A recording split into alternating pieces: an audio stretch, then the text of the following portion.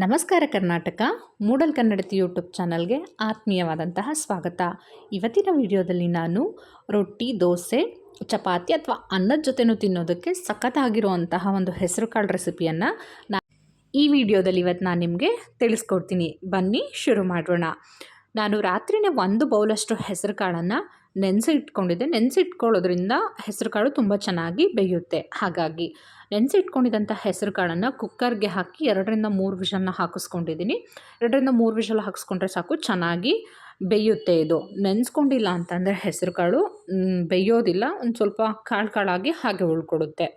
ಇವಾಗ ಒಲೆಯನ್ನು ಹಚ್ಚಿ ಪ್ಯಾನನ್ನು ಇಟ್ಟು ಅದು ಬಿಸಿಯಾದ ನಂತರ 2ರಿಂದ 3 ಟೇಬಲ್ ಸ್ಪೂನಷ್ಟು ಎಣ್ಣೆ ಬಿಸಿಯಾದ ನಂತರ 1 ಟೇಬಲ್ ಸ್ಪೂನಷ್ಟು ಸಾಸಿವೆ, 1 ಟೇಬಲ್ ಸ್ಪೂನಷ್ಟು ಜೀರಿಗೆಯನ್ನು ಹಾಕಿ ಅದು ಸ್ವಲ್ಪ ಬೆಚ್ಚಗಾದ ನಂತರ 5ರಿಂದ 6 ಬೆಳ್ಳುಳ್ಳಿ, ಸಿಪ್ಪೆ ತೆಗೆದಿಟ್ಕೊಂಡಿರುವಂತಹ ಬೆಳ್ಳುಳ್ಳಿನ ಹಾಕಿ ಅದನ್ನು ಸ್ವಲ್ಪ ಫ್ರೈ ಮಾಡ್ಕೊಳ್ಳೋಣ. ಇದು ಚೆನ್ನಾಗಿ ಫ್ರೈ ಆದ ನಂತರ ಕಟ್ ಮಾಡಿ ಇಟ್ಕೊಂಡಿದ್ದಂತಹ ಈರುಳ್ಳಿ ಮತ್ತು ಹಸಿರು ಮೆಣಸಿಕಾಯಿನ ಹಾಕಿ ಇದನ್ನು ಕೂಡ ಚೆನ್ನಾಗಿ ಫ್ರೈ ಮಾಡ್ಕೊಳ್ಳೋಣ. ಇಲ್ಲಿ ಹಸಿರು ಮೆಣಸಿಕಾಯಿ ಬೇಡ ಅನ್ನೋರು ಸ್ಕಿಪ್ ಮಾಡಿಕೊಂಡು ಖಾರದ ಪುಡಿಯನ್ನು ಕೂಡ ಬಳಸ್ಕೊಬೋದು. ಇಲ್ಲಿ ಹಸಿರು ಮೆಣಸಿಕಾಯಿನ ನಾನು ಹಾಕ್ಕೊಂಡಿದ್ದೀನಿ. ಹಸಿರು ಮೆಣಸಿಕಾಯಿ, ಈರುಳ್ಳಿ ಎಲ್ಲ ಹಾಕ್ಕೊಂಡಿದ್ದಾದಮೇಲೆ ಇದನ್ನು ಸ್ವಲ್ಪ ಫ್ರೈ ಮಾಡ್ಕೊಳ್ಳೋಣ. ಇದು ಸ್ವಲ್ಪ ಫ್ರೈ ಆದ ನಂತರ ಕಟ್ ಮಾಡಿ ಇಟ್ಕೊಂಡಿದ್ದಂತಹ 1 ಟೊಮೊಟೊ ಹಣ್ಣನ್ನು ಕೂಡ ಸೇರಿಸ್ಕೊಂಡು ಇದನ್ನು ಕೂಡ ಚೆನ್ನಾಗಿ ಫ್ರೈ ಮಾಡ್ಕೊಬೇಕು. ಅದು ಸ್ವಲ್ಪ ಮೆತ್ತಗಾಗಿ ಚೆನ್ನಾಗಿ ಟೊಮೊಟೊ ಬೇಯೋ ಅಷ್ಟು ಇದನ್ನು ಕೂಡ ಫ್ರೈ ಮಾಡ್ಕೊಳ್ಳೋಣ.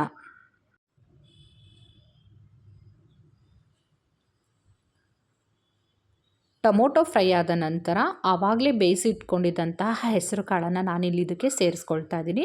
ಇದರ ಜೊತೆಗೆ ನಮಗೆ ಎಷ್ಟು ಹದಕ್ಕೆ ಬೇಕೋ ಅಷ್ಟು ಹದಕ್ಕೆ ನಾವಿಲ್ಲಿ ನೀರನ್ನು ಸೇರಿಸ್ಕೊಳ್ಬೋದು. ಸಾಮಾನ್ಯವಾಗಿ ಪಲ್ಯನೆಲ್ಲ ಮಾಡುವಾಗ ಅದು ಸ್ವಲ್ಪ ಗಟ್ಟಿಯಾಗಿದ್ರೇ ಚೆಂದ. ನೀರನ್ನು ನೋಡಿ ಹಾಕ್ಕೊಂಡಿದ್ದಾದಮೇಲೆ ಒಂದ್ಸಲ ಇದನ್ನು ಚೆನ್ನಾಗಿ ಮಿಕ್ಸ್ ಮಾಡ್ಕೊಳ್ಳಿ. ಮಿಕ್ಸ್ ಮಾಡ್ಕೊಂಡಿದ್ದಾದಮೇಲೆ 1 ಟೇಬಲ್ ಸ್ಪೂನಷ್ಟು ಧನಿಯಾ ಪುಡಿಯನ್ನು ಸೇರಿಸ್ಕೊಳ್ತಾ ಇದ್ದೀನಿ. ನಾನಿಲ್ಲಿ ಧನಿಯಾ ಪುಡಿ ಹಾಕ್ಕೊಂಡ್ರೆ ತುಂಬಾ ಚೆನ್ನಾಗಿ ರುಚಿ ಕೊಡುತ್ತೆ.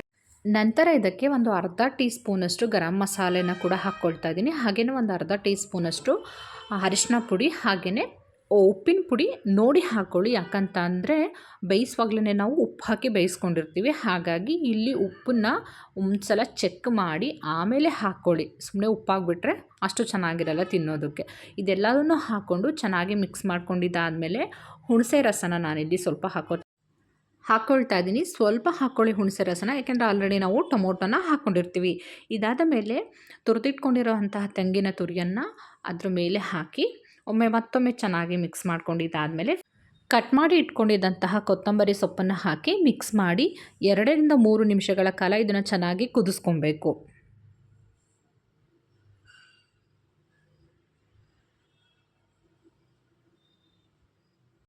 ಈ ಒಂದು ಹೆಸರು ಕಾಳು ರೆಸಿಪಿ ಎಲ್ಲದ್ರ ಜೊತೆನೂ ಕೂಡ ತುಂಬಾ ಚೆನ್ನಾಗಿ ಹೊಂದ್ಕೊಳ್ಳುತ್ತೆ. ಹಾಗೆಯೇ ಆರೋಗ್ಯವಾಗಿ ಕೂಡ ಇರುತ್ತೆ.